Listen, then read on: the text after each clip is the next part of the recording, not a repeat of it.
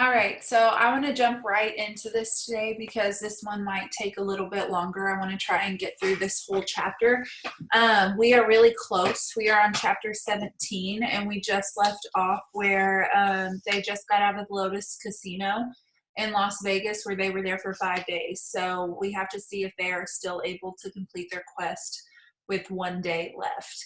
Okay, so let's go ahead. And do this and this.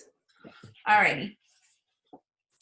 It was Annabeth's idea. She loaded us into the back of the Vegas taxi as if we actually had money and told the driver, Los Angeles, please. The cabbie chewed his cigar and sized us up. That's 300 miles. For that, you got to pay up front. You accept casino debit cards? Annabeth asked. He shrugged. Some of them, same as credit cards. I got to swipe them through first. Annabeth handed him her green Lotus cash card. He looked at it skeptically. Swipe it, Annabeth invited. He did. His meter machine started rattling. The lights flashed. Finally, an infinity symbol came up next to the dollar sign. The cigar fell out of the driver's mouth. He looked back at us, eyes wide. Where to in Los Angeles? Your Highness? The Santa Monica Pier. Annabeth sat up a little straighter. I could tell she liked the Your Highness thing. Get us there fast, and you can keep the change. Maybe she shouldn't have told him that. The cab speedometer never dipped below 95 the whole way through the Mojave Desert. On the road, we had plenty of time to talk. I told Annabeth and Grover about my latest dream, but the details got sketchier the more I tried to remember them. The Lotus Casino seemed to have short-circuited my memory. I couldn't recall what the invisible servant's voice had sounded like, though I was sure it was somebody I knew. The servant had called the monster in the pit something other than my lord, some special name or title. The silent one, Annabeth suggested, the rich one, both of those are nicknames for Hades. Maybe, I said, though neither sounded quite right. That throne room sounds like Hades, Grover said. That's the way it usually is described. I shook my head. Something's wrong. The throne room wasn't the main part of the dream. And that voice from the pit, I don't know. It just didn't feel like a god's voice. Annabeth's eyes widened. What? I asked. Oh, nothing. I was just, no, it has to be Hades.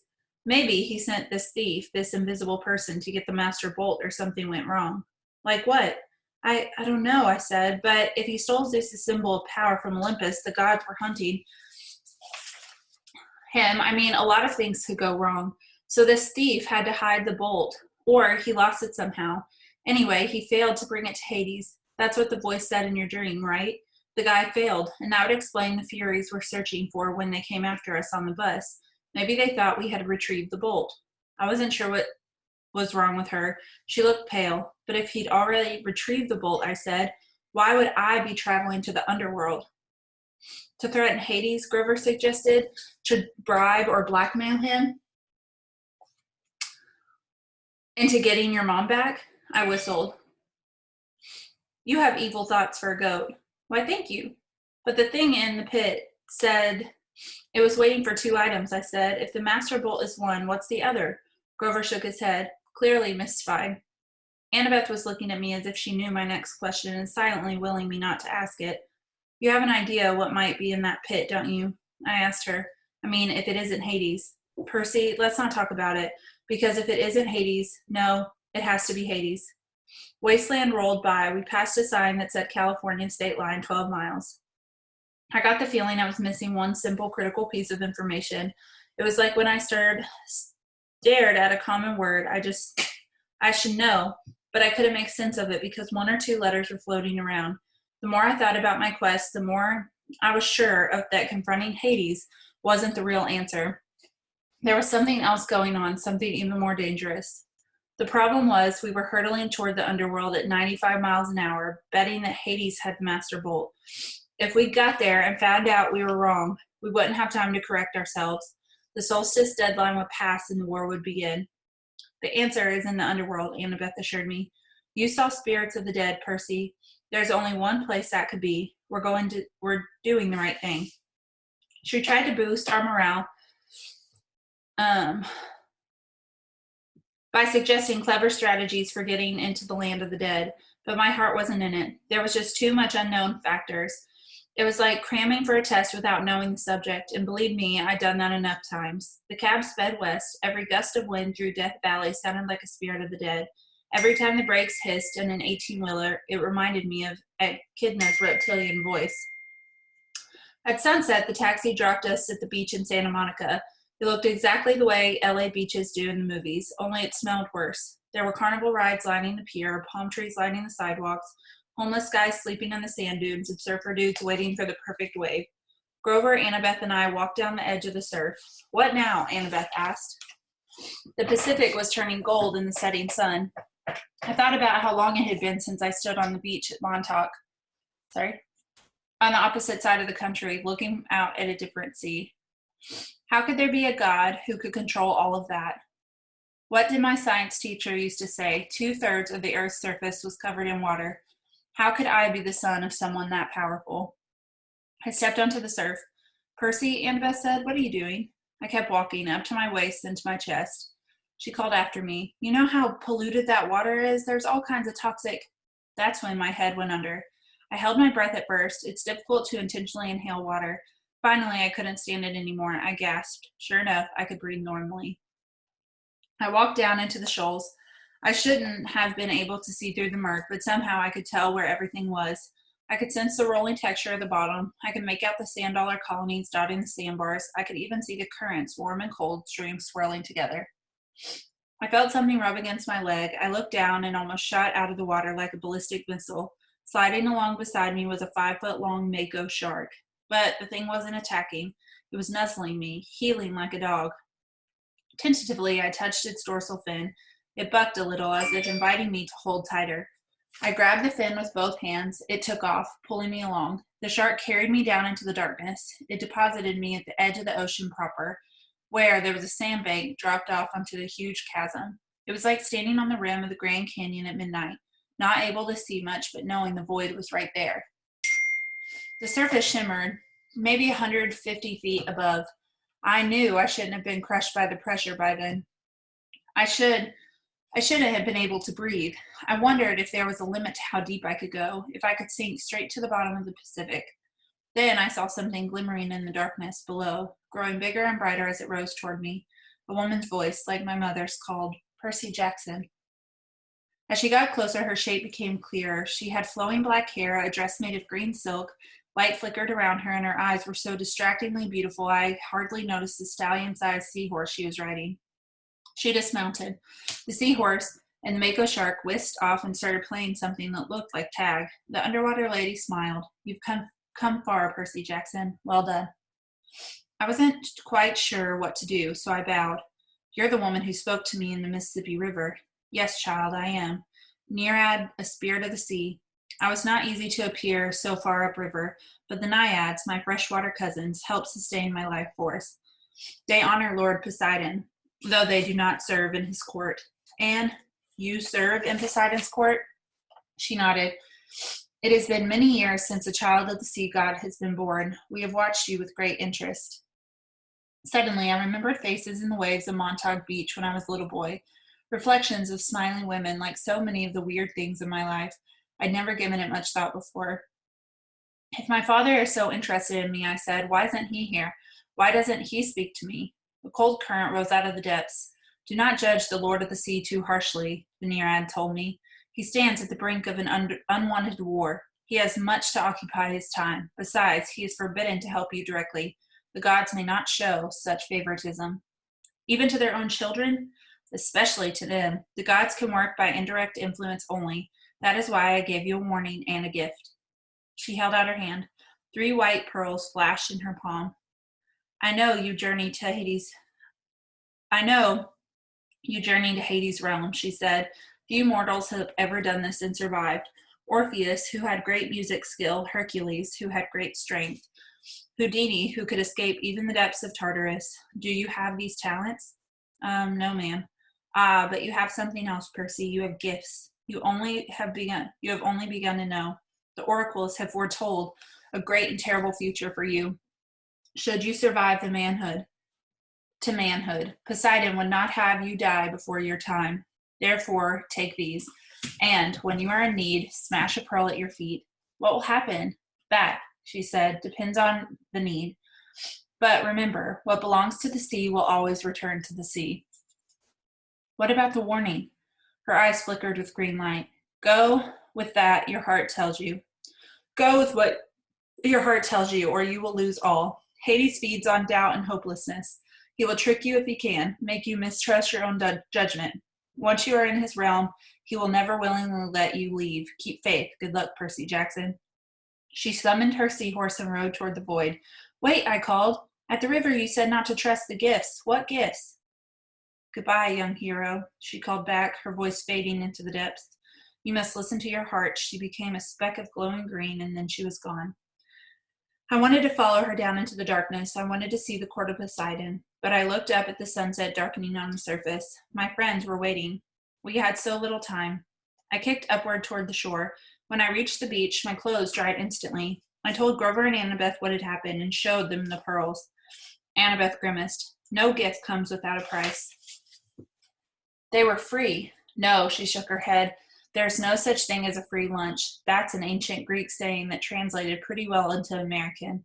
There will be a price. You wait. On the happy thought, we turned our backs to the sea. With some spare change from Aries' backpack, we took the bus to West Hollywood.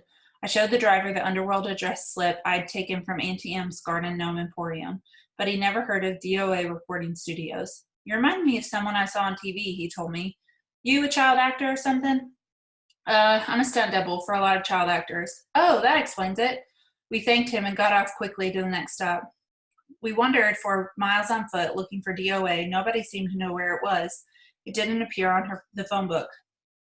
Twice we ducked into alleys to avoid cop cars. I froze in front of the appliance store window because the television was playing an interview with somebody who looked very familiar. My stepdad, Smelly Gabe.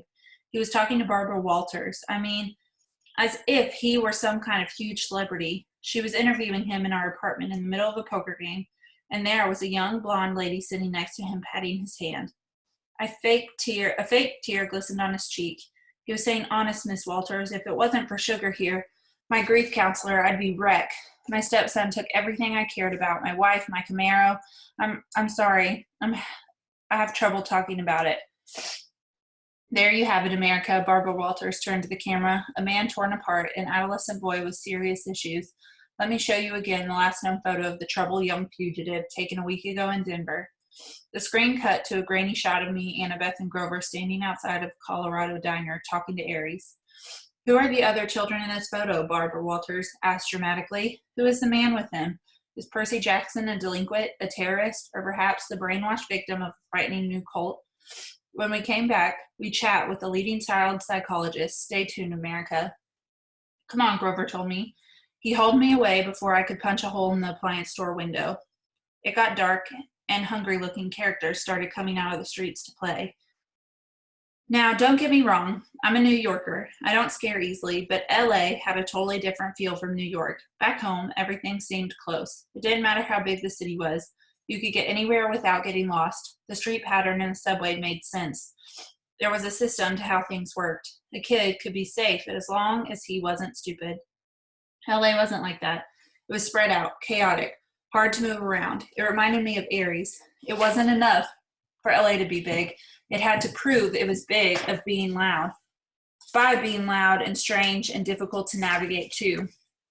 I didn't know how we were ever going to find the entrance to the underworld by tomorrow, the summer solstice. We walked past gangbangers, bums, and street hawkers who looked at us like they were trying to figure out if we were worth the trouble of mugging. As we hurried past the entrance of the alley, a voice from the darkness said, "Hey, you." Like an idiot, I stopped. Before I knew it, we were surrounded. A gang of kids had circled us, 6 of them in all. White kids with expensive clothes and mean faces, like the kids at Yancey Academy. Rich brats playing at being bad boys. Instinctively, I uncapped Riptide.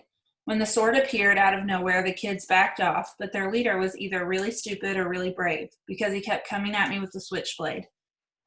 I made the mistake of swinging. The kid yelled, but he must have been 100% mortal, because the blade passed harmlessly right through his chest. He looked down. What the? I figured I had about 3 seconds before his shock turned to anger. Run, I screamed at Annabeth and Grover. We pushed 2 kids out of the way and raced down the street, not knowing where we were going. We turned a sharp corner. There, Annabeth shouted. Only one store on the block looked open, its windows glaring with neon. The sign above the door said something like Krusty's Waterbed Place. Krusty's Waterbed Palace, Grover translated. It didn't sound like a palace I'd ever go to except in an emergency, but this definitely qualified. We burst through the doors, ran behind the waterbed, and ducked. A split second later, the gang kids ran past outside. I think we lost them, Grover panted. A voice behind us boomed. Lost who? We all jumped. Standing behind us was a guy who looked like a raptor in a leisure suit. He was at least 7 feet tall with absolutely no hair. He had gray leathery skin, thick-lidded eyes, and a cold reptilian smile. He moved toward us slowly, but I got the feeling he could move fast if he needed to. His suit might have come from the Lotus Casino. It belonged back in the 70s, big time. The shirt was silk paisley, unbuttoned halfway down to his hairless chest. The lapels of his velvet jacket were as wide as landing strips. The silver chains around his neck, I couldn't even count them. I'm crusty, he said, with a tartar yellow smile. I registered the urge to say, yes, you are. Sorry to barge in, I told him. We were just, browsing. You mean hiding from those no-good kids, he grumbled. They hang around every night. I get a lot of people in here, thanks to them. Say, you want to look at a waterbed? I was about to say no thanks when he put a huge paw on my shoulder and steered me deeper into the showroom. There was every kind of waterbed you could imagine. Different kinds of wood, different patterns of sheets, queen size, king size, emperor of the universe size. This was the most popular model. Krusty spread his hands proudly over a bed covered with black satin sheets. With the built-in lava lamps on the headboard, the mattresses vibrated and it looked like oil-flavored jello. Million hand massage, Krusty told us. Go on, try it out. Shoot, take a nap. I don't care. No business today anyway. I said, I don't think. Million hand massage, Grover cried and dove in. Oh, you guys, this is cool. Krusty said, stroking his leathery chin. Almost. Almost what? I asked. He looked at Annabeth. Do me a favor and try this one on. This one over here, honey. Might fit. Annabeth said, but what? He patted her reassuringly on the shoulder and led her over to the Safari Deluxe model with teakwood lions carved into the frame and the leopard pattern comforter. When Annabeth didn't want to lie down, Krusty pushed her. Hey, she protested. Krusty snapped his fingers. Ergo. Ropes sprang from the sides of the bed, lashing around Annabeth, holding her to the mattress. Grover tried to get up, but the rope sprang from his black satin bed, too, and lashed him down. Not cool, he yelled, his voice vibrating from the million-hand massage. Not cool at all. The giant looked at Annabeth, then turned to me and grinned. Almost, darn it. I tried to step away, but his hand shot out and clamped around the back of my neck. Whoa, kid, don't worry. We'll find you one in a sec. Let my friends go. Oh, sure I will, but I gotta make them fit first. What do you mean? All the beds are exactly 6 feet. See, your friends are too short. Gotta make them fit. Annabeth and Grover kept struggling. Can't stand imperfect measurements, Krusty muttered. Ergo. A new set of ropes leaped out from the top and bottom of the beds, wrapping around Grover and Annabeth's ankles, then around their armpits. The ropes started tightening, pulling my friends from both ends. Don't worry, Krusty told me. These are stretching jobs. Maybe 3 extra inches on their spines. They might even live. Now, why don't we find a bed you like, huh? Percy, Grover yelled. My mind was racing. I knew I couldn't take on this giant waterbed salesman alone. He would snap my neck before I ever got my sword out. Your real name's not Krusty, is it? I asked. Legally, it's Procustus, he admitted. The stretcher, I said. I remembered the story. The giant who tried to kill Theseus with the excess hospitality on his way to Athens. Yeah, the salesman said, but who can pronounce Procustes? Bad for business. Now, Krusty's, anybody can say that. You're right. It's got a good ring to it. His eyes lit up. You think so? Oh, absolutely, I said. And the workmanship on these beds, fabulous. He grinned hugely, but his fingers didn't loosen on my neck. I tell my customers that every time. Nobody bothers to look at the workmanship. How many built-in lava lamp headboards have you seen? Not too many, that's right. Percy, Annabeth yelled, what are you doing? Don't mind her, I told Procustes. She's impossible. The giant laughed. All my customers are. Never 6 feet exactly, so inconsiderate. And then they complain about the fitting.